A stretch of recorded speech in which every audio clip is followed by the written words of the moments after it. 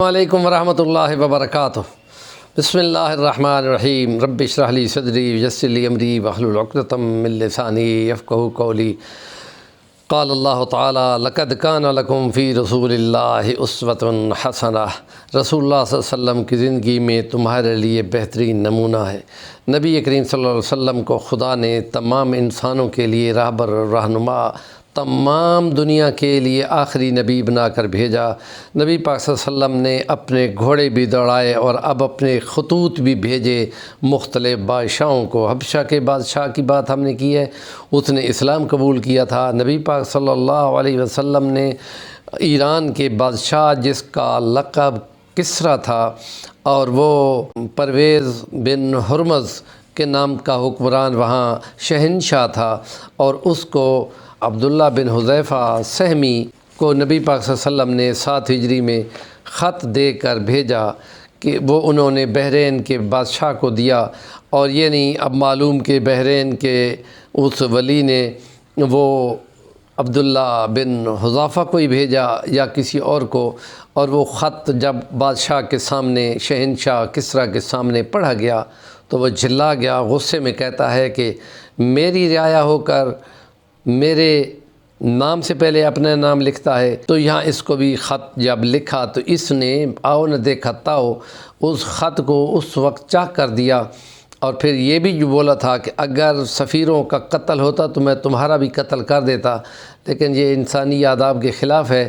اور پھر جب وہ خط لے کے نبی پاک صلی اللہ علیہ وسلم کے پاس حالات بتائے گئے تو نبی پاک صلی اللہ علیہ وسلم نے فرمایا انشاءاللہ بہت جلد اللہ پاک اس کی سلطنت کو بھی پارا پارا کر دے گا۔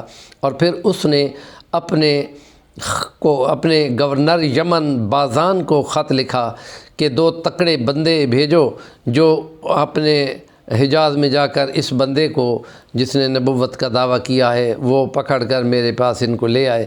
تو وہ اس نے 2 آدمی جن کا نام قہرمان اور خرخرہ ہے، بہت ہی موٹے تازے صحت مند سے بندے، بڑی بڑی ان کی مونچھیں، داڑھی منڈی ہوئی، وہ اس وقت طائف کے والوں کے پاس گئے اور وہاں سے حالات جانے۔ طائف والے خوش ہوئے کہ اب بادشاہ کے ساتھ مقابلہ آ گیا ہے، آپ دیکھیں گے۔ اور وہ پھر اس کے بعد مدینہ میں پہنچے نبی پاک صلی اللہ علیہ وسلم کے سامنے کہ بازان گورنر نے ہمیں بھیجا ہے، ایران کے شہنشاہ نے اس کو حکم دیا ہے کہ آپ ہمارے ساتھ چلیں۔ تو وہ نبی پاک صلی اللہ علیہ وسلم نے جب ان کو دیکھا کہ ان کی مونچھیں بڑی بڑی اور داڑھی منڈی ہوئی تو آپ نے نفرت سے منہ پھیر لیا اور فرمایا منحوسو، یہ تم نے کس کے کہنے پہ یہ شکل بنائی؟ انہوں نے کہا ہمارے شہنشاہ کو حکم ہے کہ داڑھی مونڈ کے مونچھیں رکھو۔ حضور نے فرمایا کہ میرے رب نے حکم دیا ہے کہ داڑھی بڑی کرو اور مونچھیں چھوٹی کرو۔ اور پھر فرمایا کہ آپ اگر ہمارے ساتھ چلیں گے تو ہم شہنشاہ کو آپ کی سفارش کریں گے، وہ آپ کو کچھ نہیں کہیں گے اور وہ آپ کو کچھ مال متاع بھی دیں گے۔ آپ نے فرمایا کہ کل تم آ کے مجھے ملو۔ اور پھر جب کل وہ آئے تو نبی پاک صلی اللہ علیہ وسلم نے فرمایا کہ رات کو تمہارے شہنشاہ کو اس کے بیٹے شیرویہ نے قتل کر دیا ہے، اور سلطنت پہ قابض ہو گیا ہے، کہ تم اپنے بازان کو جا کے بتا دو۔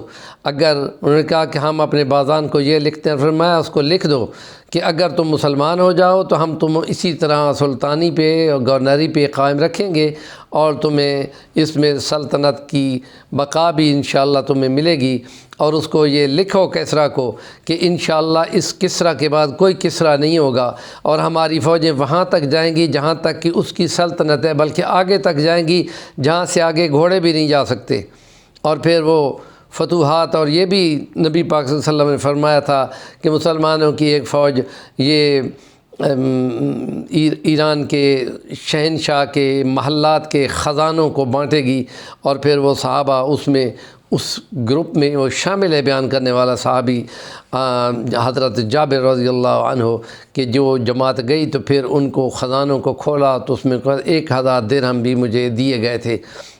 تو پھر اس وقت نبی پاک صلی اللہ علیہ وسلم کا یہ پیغام ان کو پہنچایا گیا، تو اسی رات شہنشاہ شیرویہ کا لیٹر بھی اس کو مل گیا۔ تو وہ شخص کہتا ہے کہ یہ لگتا ہے کہ اللہ کا پیغمبر ہے، اس لیے کہ اس سفارتکار ہوں، میں کسی کا روب نہیں لیتا، لیکن جس وقت میں اس کے پاس گیا تو میرے اوپر بہت زیادہ روب طاری تھا۔ اس نے کہا کیا اس کے پاس فوجیں موجود تھیں؟ انہوں نے کہا ایک بھی محافظ موجود نہیں تھا۔ انہوں نے کہا کہ کمال ہے، یہ اب شیروی بھی کہہ رہا ہے کہ اب ان کو کچھ نہ کہو، وہ معاملہ بعد میں دیکھیں گے، اور تم اسی طرح گورنر رہو، اور پھر جو معاملات ہیں وہ ہم تمہیں دیکھ لیں گے، پھر میری بادشاہت ہے۔ اور پھر یہ کہ 6 مہینے وہ شیرویہ رہا، اس کے بعد 4 سال میں 10 حکمران آئے، اور پھر جس وقت یزدگرد پہ وہ متفق ہوئے تو اس وقت ان کی حکومت اس وقت ختم ہو گئی کہ جب مسلمانوں کا مقابلہ یزدگرد سے ہوا تو اس کو شکست ہو گئی، اور ہاتھیوں والی فوج جو ہے وہ اس جنگ میں ماری گئی، اور مسلمانوں کے تمام علاقے ان کے ہاتھ میں آ گئے۔ ہمارے چینل کا نام ہے صفی الوانی، علم کی باتوں کا ابلاغ آگے ضرور کریں، اور یہ ثواب کا کام ہے۔